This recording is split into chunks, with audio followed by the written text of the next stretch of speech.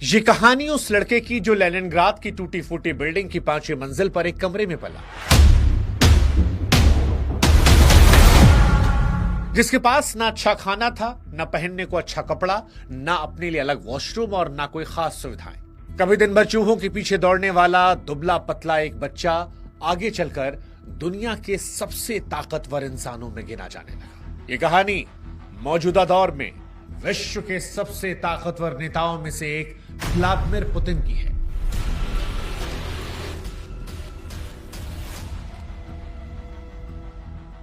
वो पुतिन जिनके बारे में अफवाह उड़ती है कि वो जवान रहने के लिए हिरण का खून पीते हैं, उसकी सींग से निकला रेड एक्सट्रैक्ट शरीर में इंजेक्ट करवाते हैं ताकि 73 साल की उम्र में वो 40 साल के दिख सके, जिनके बारे में कहा जाता है कि वो बीमार पड़े तो असली पुतिन की जगह उनके कई हम शक्ल हैं जो दुनिया में भेज दिए जाते हैं, जो कभी बर्फ से भरे पानी में डुबकी लगाकर स्नान करते हैं, कभी घोड़ों पर सवारी करते हैं और कभी अपनी बेबाकी से दुनिया को हैरान करते हैं। यह कहानी उस पुतिन की है जिस पर यकीन करने वाले उन्हें रूस का सबसे कमिटेड लीडर मानते हैं, जिसने रूस का फिर से उद्धार कर दिया, तो उनके नफरत करने वाले आज के दौर में उन्हें हिटलर से तुलना करते डिक्टेटर कहते हैं। The Russian dictator. Hostile dictator. लेकिन सवाल यह है कि असली पुतिन कौन है? कैसे एक मामूली दुबला पतला केजीएफ जासूस आज क्रेमलिन की सबसे ऊंची कुर्सी तक पहुंच गया, दुनिया का सबसे ताकतवर नेता बन गया? पुतिन का परिवार उनके साथ क्यों नजर नहीं आता? पुतिन की जिंदगी इतनी सीक्रेट क्यों है? उनके बच्चों के चेहरे तक साफ साफ क्यों नहीं दिखते? कैसे रूस में उनके बड़े बड़े दुश्मन या तो आज जेल में हैं या फिर देश को छोड़ चुके और या फिर जिंदा ही नहीं बचे? आज कहानी व्लादिमीर पुतिन की। इससे पहले कि हम पुतिन की कहानी शुरू करें, हम आपको बता दें कि इस वीडियो में हम आपको दिखाने वाले हैं कि पुतिन कौन है, कैसे ताकतवर बने, उनको लेकर कौन कौन सी अफवाहें हैं, कैसे उनके दुश्मन टिक नहीं पाते। हम आपको दिखाने वाले हैं कैसे पुतिन की शुरुआत एक ऐसे कमरे में हुई थी जहां भूख, मौत और चूहे थे। हम आपको दिखाने वाले हैं कैसे फिल्म से पैदा हुआ उनका सपना कि मैं जासूस बनूंगा, कैसे जासूस बनने के बाद सिस्टम की कमजोरी ने कभी पुतिन को परेशान कर दिया था। इस वीडियो में आप देखेंगे कैसे केजीबी से रिटायर होकर पुतिन पॉलिटिक्स के मैदान में आए, कैसे एक शराबी राष्ट्रपति के साथ उस दौर में बेहद शांत रहने वाले पुतिन ने जासूसी की शुरुआत की, फिर कैसे गरीबी से रूस को निकाला, कैसे ताकत बढ़ाई, कैसे संविधान से खेल खेला और कभी कुर्सी ना छूटने वाली स्क्रिप्ट लिख दी। पुतिन के दुश्मनों की कहानी भी हम आपको सुनाएंगे कि जिन्हें जेल, जहर या प्लेन क्रैश में उड़ा दिया गया। उनके परिवार के बारे में बात करेंगे जो दुनिया की नजर से गायब हो गए हैं, और आखिर में यह समझेंगे कि पुतिन कौन है, हीरो, विलेन या सिस्टम की पैदावार। लेकिन इस सारी कहानी को शुरू करें उससे पहले आप दर्शकों का शुक्रिया। हमारे व्हाट्सएप चैनल से लगभग 3.5 लाख लोग जुड़ चुके हैं, ज्यादा ही जुड़े इससे। आप में से जो लोग नहीं जुड़े हैं वो भी जुड़िएगा ताकि हमारे आपका रिश्ता मजबूत हो और ये कहानियां हम आप तक और पहुंचा सकें। अब शुरू से पुतिन की कहानी शुरू करते हैं। सेकेंड वर्ल्ड वॉर के बाद दुनिया को यह लगा था कि इंसानियत ने सबक सीख लिया है। करोड़ों लाशें, बर्बाद शहरों और टूटे परिवारों के बाद यह भरोसा पैदा हुआ कि युद्ध जो है वो किसी भी समस्या का समाधान नहीं है, बल्कि अपने आप में युद्ध एक बहुत बड़ी समस्या है। इसके बाद दुनिया के तमाम देश बैठे और फिर यूनाइटेड नेशन जैसी संस्था बनाई ताकि कोई भी देश इतनी आसानी से किसी दूसरे देश पर चढ़ाई ना कर सके। लेकिन 21वीं सदी ने दिखा दिया कि इंसानों की याददाश्त बहुत छोटी होती है। Technology, internet, globalisation, space mission, AI सब कुछ मॉडर्न हो गया, लेकिन लड़ाई करने का इंसानी फितरत जो थी वो नहीं बदली। फरवरी 2022 में रूस ने यूक्रेन पर वॉर शुरू कर दी और इस वॉर के बाद से ही तीसरे विश्व युद्ध की आशंकाएं दुनिया भर में छा गई। यूनाइटेड नेशन में रूस के खिलाफ 140 से ज्यादा देशों ने वोट किया।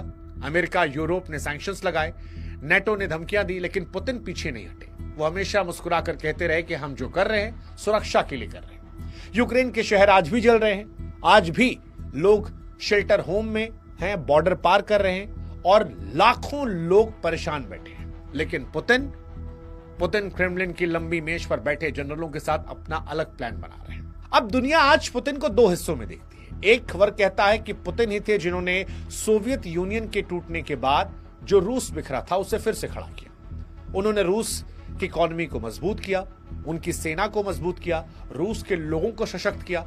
और दूसरे हैं जो ये कहते हैं कि ये पुतिन हैं जिन्होंने चेचन्या, जॉर्जिया, क्रीमिया, सीरिया से लेकर यूक्रेन तक जहां जहां मौका मिला वहां वहां युद्ध की शुरुआत कर दी।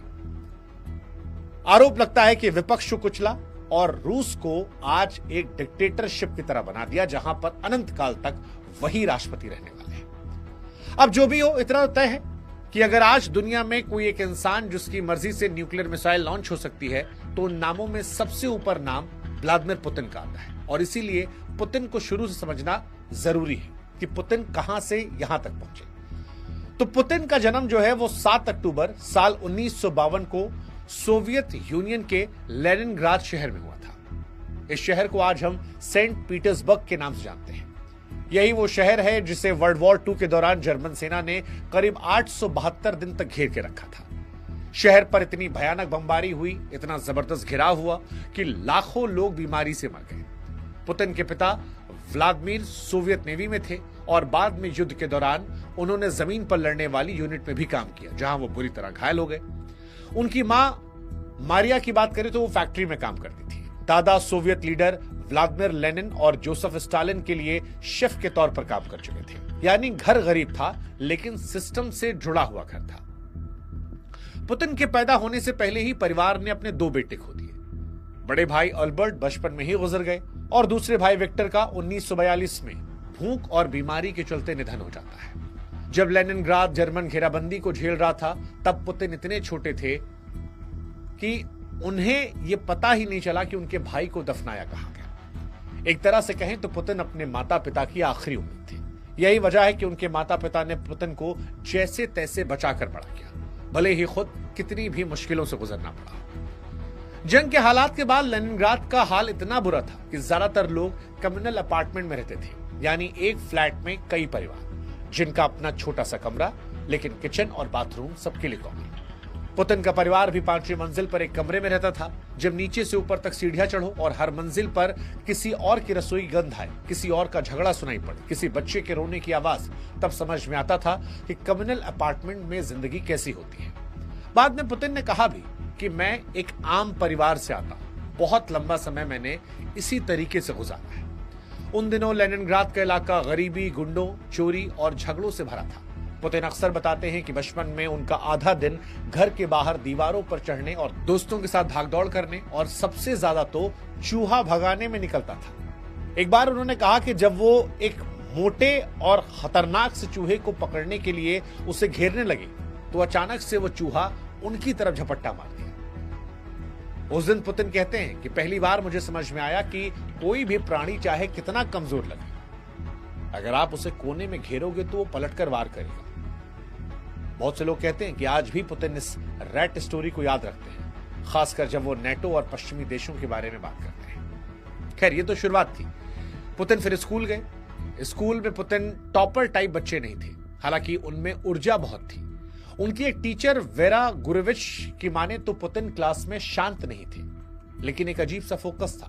किताबें पढ़ना पसंद था, खासकर कार्ल मार्क्स, लेनिन जैसे विचारधारा या जासूसी थ्रिलर टाइप कहानियां। खाली समय में वो सिनेमा हॉल में फिल्म देखने चले जाते और वहीं से उनकी जिंदगी की दशा और दिशा बदल जाती है। करीब 12 साल की उम्र में पुतिन ने सोवियत रेड आर्मी के स्पोर्ट्स क्लब में सैम्बो और जूडो सीखना शुरू किया। उनकी मां को यह बात बिल्कुल अच्छी नहीं लगी। उनकी मां को यह लगता था कि ये लड़का दिन भर मारपीट में लगा रहेगा तो फिर पढ़ाई क्या करेगा, लेकिन पुतिन जिद्दी थी। उन्होंने ट्रेनिंग जारी रखी और थोड़े समय में जूडो में अच्छी लेवल की परफॉर्मेंस देने लगे। जूडो सिर्फ फाइटिंग नहीं है, ये एक माइंडसेट है, सामने वाले की ताकत और उसके ही खिलाफ इस्तेमाल करना, टाइमिंग से खेलना, ग्रिप जमाना और अगर गिरना पड़े तो ऐसे गिरना कि चोट कम लगे और आप तुरंत उठकर दोबारा लड़ सको। यही चीज आगे चलकर अगर आप गौर करेंगे तो पुतिन की सियासत में भी दिखाई पड़ती है। जब भी वो किसी मौके को अपनी पोजीशन मजबूत करने के लिए इस्तेमाल करते हैं। फिर एक फिल्म आती है और वहां से जासूस बनने की तमन्ना होती है। टीनेज में ही पुतिन की जिंदगी में एक फिल्म आई, एक स्पाई मूवी, जिसमें दिखाया गया कि कैसे केजीएफ के जासूस देश के लिए सीक्रेट मिशन करते हैं। दुश्मन की प्लानिंग को पकड़ते हैं और पर्दे के पीछे रहकर सब कुछ कंट्रोल करते हैं। कहा जाता है कि पुतिन इस फिल्म से इतने प्रभावित हुए कि तय किया कि मुझे भी यही करना है, केजीबी में जाना है, जासूस बनना है। कक्षा 9 में ही वो सीधे केजीबी के दफ्तर पहुंचे और कहा, मैं जासूस बनना चाहता हूं, मुझे क्या करना होगा। वहां बैठे अफसर ने मुस्कुराकर कहा, कितनी जल्दी, पहले लॉ की पढ़ाई तो कर लो, फिर देखेंगे। पुतिन के लिए कोई सामान्य जवाब नहीं था, बल्कि एक सीधी गाइडलाइन थी। पुतिन ने इसको दिल से लगाया।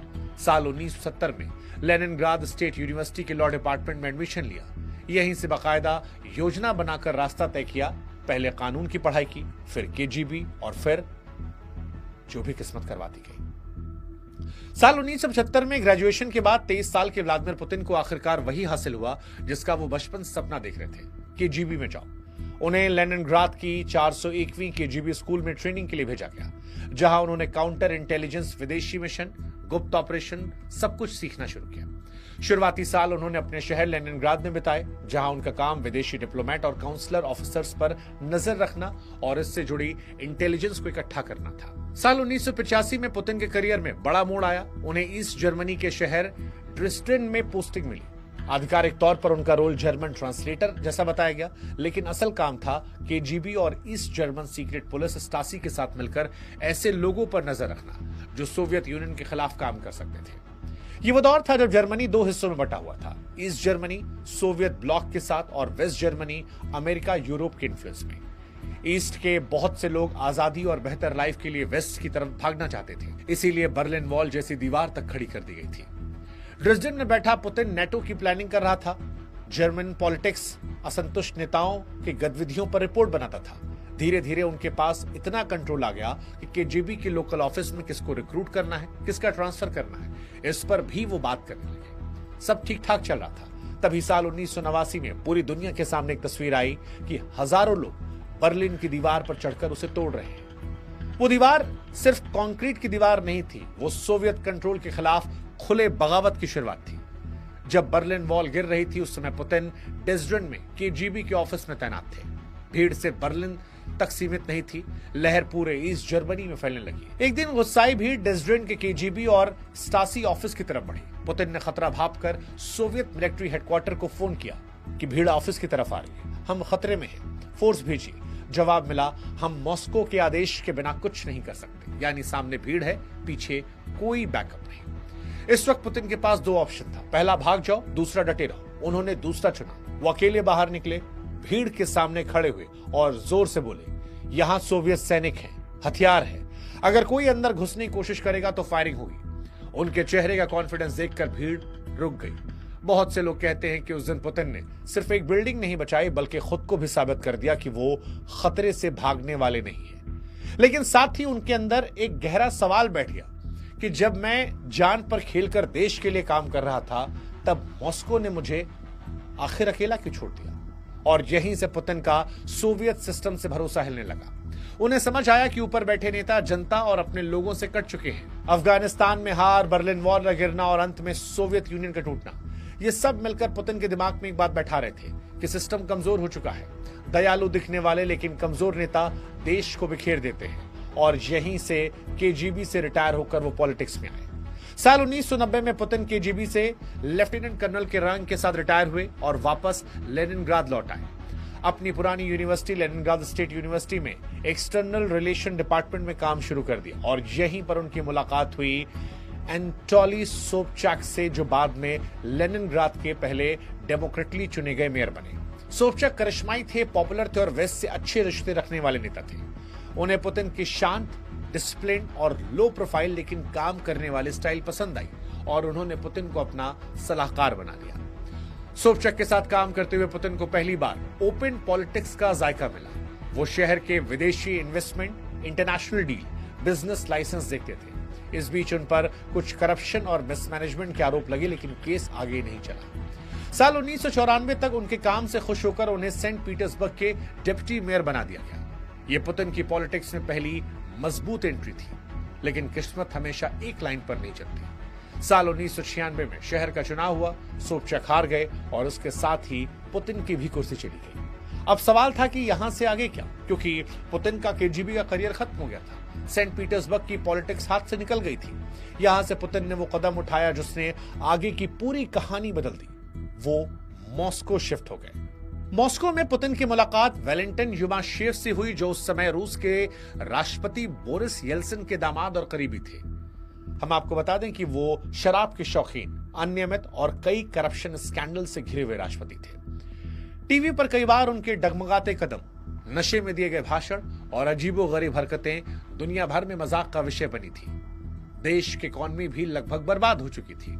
यहां पर युमाशेव को पुतिन का ठंडा दिमाग, केजीबी का बैकग्राउंड और कम बोलो ज्यादा काम करो वाली स्टाइल पसंद आई। साल 1997 में येल्त्सिन ने पुतिन को प्रेसिडेंशियल स्टाफ में डेप्यूटी चीफ बना दिया। धीरे धीरे पुतिन सिस्टम के अंदर बढ़ते चले गए। कभी फेडरल सिक्योरिटी सर्विस FSB यानी KGB की उत्तराधिकारी एजेंसी के चीफ बने, कभी सिक्योरिटी काउंसिल के सेक्रेटरी, और कुछ ही सालों में वो क्रेमलिन के अंदर सबसे भरोसेमंद और सबसे ताकतवर अफसरों में गिने जाने लगे।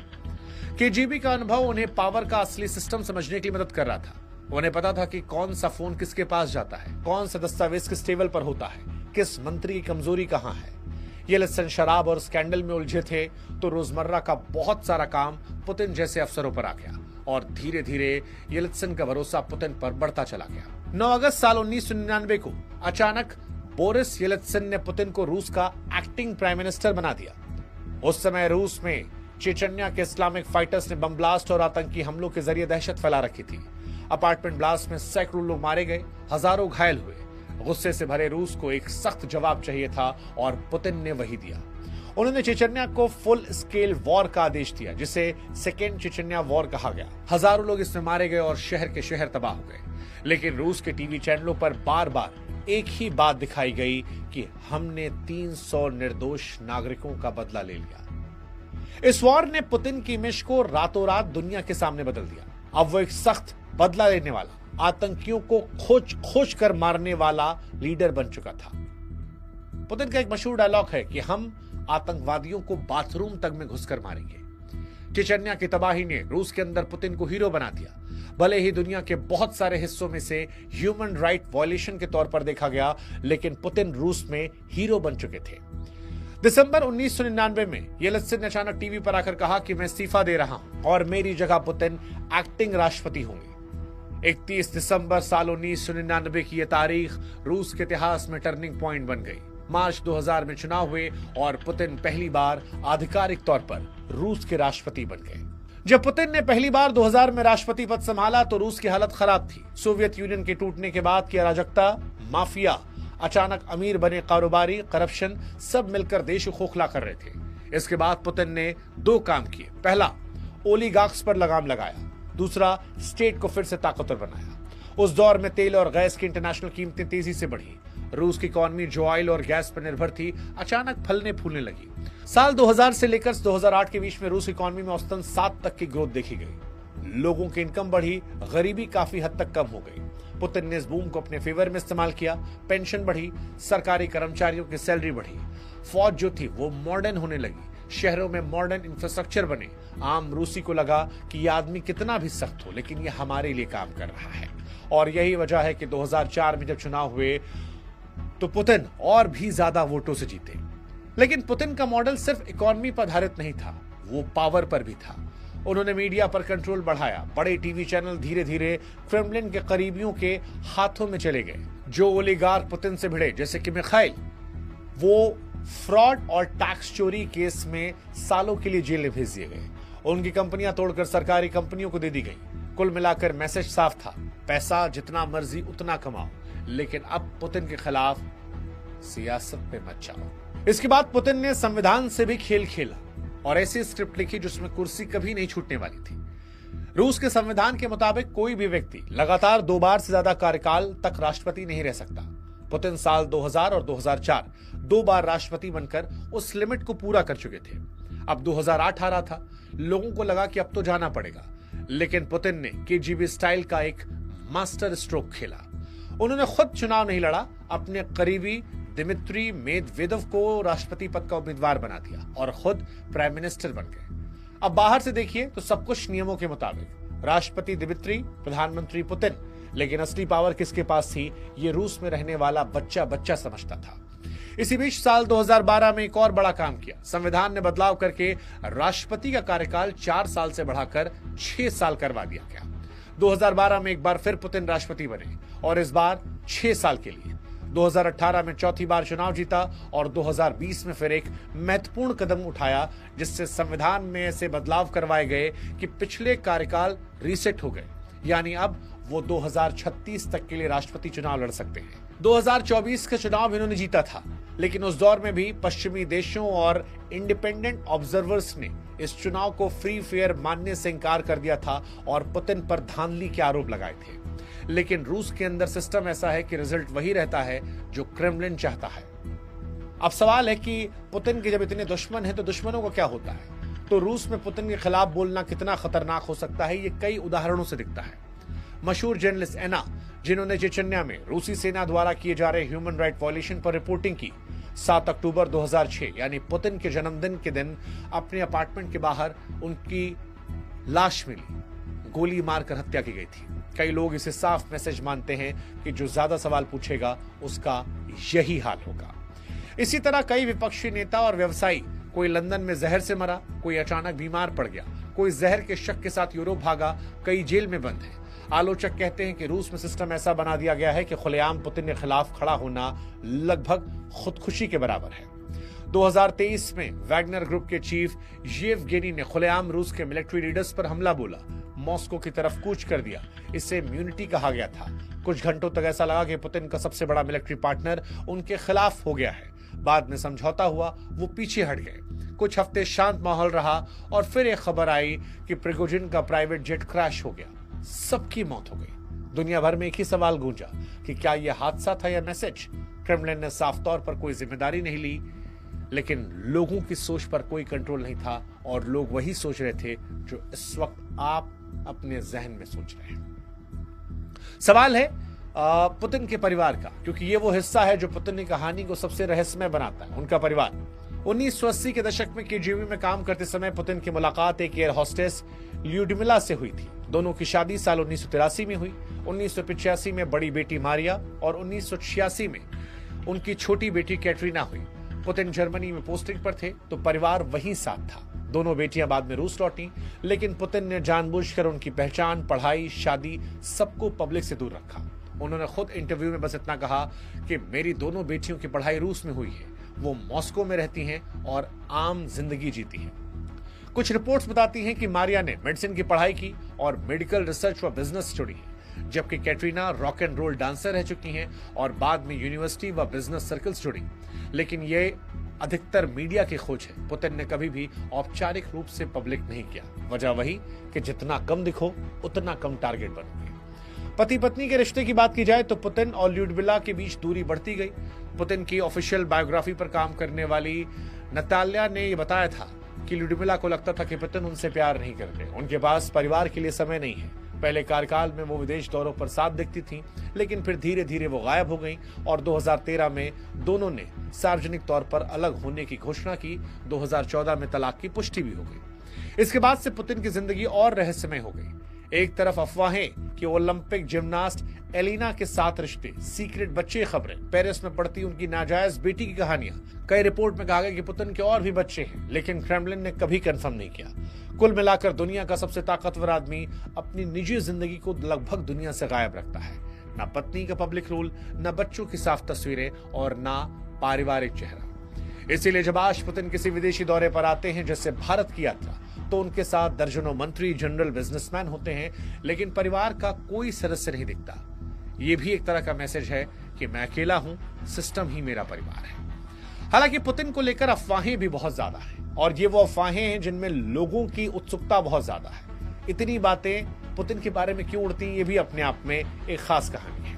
लेकिन सबसे मशहूर अफवाह जो है पुतिन को लेकर, वो ये है कि पुतिन जवान रहने के लिए हिरण खून पीते हैं। सींग से निकला लाल एक्सट्रैक्ट, जिसे कुछ जगहों पर मारल एटलर ब्लड या इसी तरह के नामों से आता है, वो शरीर में इंजेक्ट करवाते हैं। साइबेरिया में सच में ऐसे ट्रीटमेंट्स होते हैं जहां हिरण के नर्म सींगों से निकाले गए लिक्विड को हेल्थ के लिए अच्छा मानता है। लेकिन क्या पुतिन जवान रहने के लिए ऐसा करते हैं? इसका कोई ठोस प्रमाण नहीं है। ये बातें ज्यादातर रूसी ब्लॉग्स, अफवाहों और एंटी पुतिन कैंपेन में इस्तेमाल होती है। हालांकि ये जरूर है कि 73 साल की उम्र में भी पुतिन घुड़सवारी, स्विमिंग, जिम, जूडो आदि करते हुए दिखते हैं और हमेशा उनकी इमेज जो है वो पोर्ट्रे की जाती है कि वो जवान हैं, फिट हैं और बहुत एनर्जेटिक, एक्टिव हैं। एक बड़ी अफवाह पुतिन को लेकर जो उड़ती है वो है हमशक्ल को लेकर। सोशल मीडिया और कई रिपोर्ट्स में अक्सर ये दावा होता है कि सिक्योरिटी रिस्क या फिर बीमारी को छिपाने के लिए पुतिन अलग अलग मौकों पर अपना हमशक्ल भेजते हैं, खासकर सार्वजनिक इवेंट्स में या ऐसे इलाकों में जहां पर सिक्योरिटी रिस्क ज्यादा होता है। कुछ लोग फोटो और वीडियो की तुलना करके बताते हैं कि असली पुतिन नहीं है, कोई और है। क्रेमलिन ने हमेशा इन आरोपों को हंसी में टाला या खारिज किया है, लेकिन जितनी ज्यादा सीक्रेसी उतनी ज्यादा अफवाहें, ये दुनिया का पुराना नियम है। असल बात यह है कि पुतिन ने अपनी पर्सनल स्टोरी, हेल्थ, फैमिली सबको इतना सीक्रेट रखा है कि खाली जगह अफवाहों से भर गई। एक डेमोक्रेटिक कंट्री के लीडर के बारे में आमतौर पर आप उसकी पत्नी, बच्चे, हॉबीज, बीमारी तक के बारे में खुलकर पढ़ सकते हैं, लेकिन पुतिन के केस में यह सब एक धुंधली परत के पीछे छिपा है। इसी से उनकी मिस्टीरियस इमेज और बढ़ती है। सपोर्टर कहते हैं कि वो खुद को प्राइवेट रखते हैं, विरोधी कहते हैं वो छिपा रहे हैं। अब परिवार से कहानी पुतिन की विदेश नीति की कर लेते हैं। पुतिन की कहानी अगर सिर्फ घरेलू पावर तक सीमित होती तो शायद इतने कंट्रोवर्शियल नहीं होते, लेकिन उनका असली खेल विदेश नीति और वॉर जुड़ा है। पुतिन ने कहां कहां वॉर की। चेचन्या में सख्त एक्शन लिया, मिलिट्री एक्शन, जहां हजारों को मारा गया। 2008 में पुतिन ने जॉर्जिया पर हमला किया और उसे कुछ इलाकों पर कब्जा कर लिया। साल 2014 में पुतिन ने यूक्रेन के क्रीमिया को अपने कब्जे में ले लिया था। 2015 में सीरिया में असद सरकार के लिए रूस की मिलिट्री मदद की थी और 2022 में तो यूक्रेन पर फुल स्केल वॉर कर दी थी। ये सब पुतिन के उस माइंडसेट को दिखाते हैं जिसमें वो रूस को एक बार फिर से महाशक्ति के तौर पर दिखाना चाहते हैं और पश्चिमी देशों के बढ़ते इन्फ्लुएंस को सीधा खतरा मानते हैं। वो कई बार सार्वजनिक भाषणों में कह चुके हैं कि सोवियत यूनियन के टूटने को वो 20वीं सदी की सबसे बड़ी जियोपॉलिटिकल त्रासदी मानते हैं। उनका यह मानना है कि नेटो धीरे धीरे रूस को घेर रहा है, पहले पोलैंड, फिर बाल्टिक देश और अब यूक्रेन। उनकी नजर में अगर रूस सख्ती नहीं दिखाई तो एक दिन नेटो उसकी सीमा पर खड़ा होगा। यही सोच उनके हर बड़े सैन्य फैसले के पीछे दिखाई पड़ती है। यूक्रेन वॉर ने रूस को इंटरनेशनल स्तर पर अलग थलग कर दिया है। भारी सैंक्शंस लगे हैं, लेकिन रूस ने अपनी ऑयल गैस का रुख एशिया और दूसरे देशों की तरफ मोड़कर अपने लिए रास्ता निकाल दिया। पुतिन के आलोचक कहते हैं कि यह वॉर रूस को बर्बाद कर देगी। समर्थक कहते हैं कि लड़ाई रूस को सिक्योरिटी देगी और उनके सम्मान की लड़ाई है, और शायद इन्हीं दोनों के बीच सच भी कहीं है। लेकिन इतना तय है कि पुतिन ने दुनिया को मैसेज दे दिया है कि अगर रूस को लगेगा कि उस पर खतरा है तो वो टैंकों का इस्तेमाल करने से बिल्कुल नहीं हटेगा।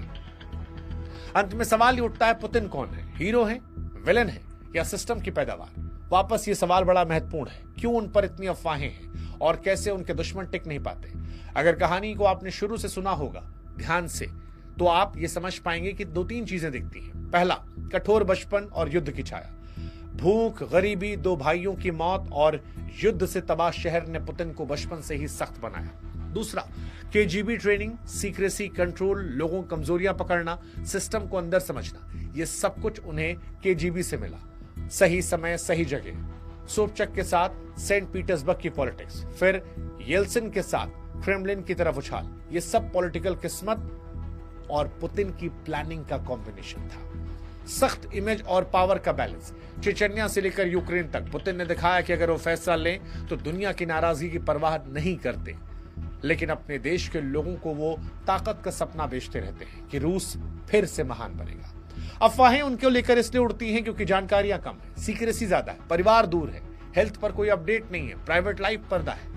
कहानियां अपने आप गढ़ती हैं, हिरण के शक्ल में, हमशक्ल के शक्ल में, अमरता के शक्ल में। पुतिन का सिस्टम इतना फोकस्ड है कि कोई भी बड़े स्तर पर उनके खिलाफ चुनाव जीतने का सपना देखता ही नहीं है। जो कोशिश करते हैं, अक्सर उनकी कहानी किसी एक रास्ते पर खत्म हो जाती है, चाहे वो रास्ता जेल का हो, देश निकाला हो या फिर मौत का। अब आखिरी सवाल, क्या जिसने उन्हें राष्ट्रपति बनाया पुतिन ने उसे रास्ते से हटाया था? क्योंकि एक अफवाह ये भी है, ये बात थोड़ी सिनेमैटिक है, हालांकि आंशिक रूप से सच है। येल्सिन ने पुतिन को ऊपर उठाया, पर आज रूस में ताकत किसके पास है वो दुनिया जानती है। पुतिन ने उन्हें और उनके परिवार को कानूनी कार्रवाई से बचाने का वादा किया, लेकिन सत्ता पर पूरी तरह कब्जा कर लिया। आज रूस की पूरी political machinery, military, intelligence, media किसी न किसी रूप में पुतिन की पर्सनैलिटी के इर्द गिर्द घूमती है, और यही पुतिन को खास बनाती है। ये कहानी उस पुतिन की थी जो लेनिनग्राद के कम्युनल कमरे से निकलकर केजीबी के दफ्तर, टेस्ड्रिन के सड़कों, क्रेमलिन के गलियारों और यूक्रेन के युद्ध के मैदान तक पहुंच गया। वो किसी के लिए हीरो है, किसी के लिए विलन। ये आपके नजरिए पर तय करता है, ये फैसला हम आप पर छोड़ देते हैं। लेकिन इतना जरूर तय है कि 21वीं सदी की जो भी सबसे बड़ी कहानियां इतिहास से किताबों में लिखाई जाएंगी, उसमें व्लादिमीर पुतिन का नाम बिना शक के दुनिया में हमेशा सबसे ऊपर के पन्नों में रहेगा। अब ये पन्नों में तारीफ में होगा या कटघरे में, ये आपकी सोच पर हम छोड़ देते हैं। शुक्रिया इस वीडियो को देखने के लिए। दोस्तों, इस टाइम रशिया के प्रेसिडेंट पुतिन साहब भारत दौरे पर हैं और उनके भारत दौरे से स्पेशली अमेरिका को डोनाल्ड ट्रंप को मिर्ची लगना तो लाजमी है। पुतिन साहब बहुत ही चुनिंदा ऐसे देश है जिनका विजिट करते हैं और इस बार उन्होंने भारत आना चुना, जो कि भारत के लिए भी और भारतवासियों के लिए भी एक गर्व का पल है। विश्व की दो सबसे महत्वपूर्ण ताकतें भारत और रशिया, जिनकी हमेशा से दोस्ती रही है और जिनकी दोस्ती की मिसालें इतिहास में दी जाती है और आज की डेट तक भी दी जाती है।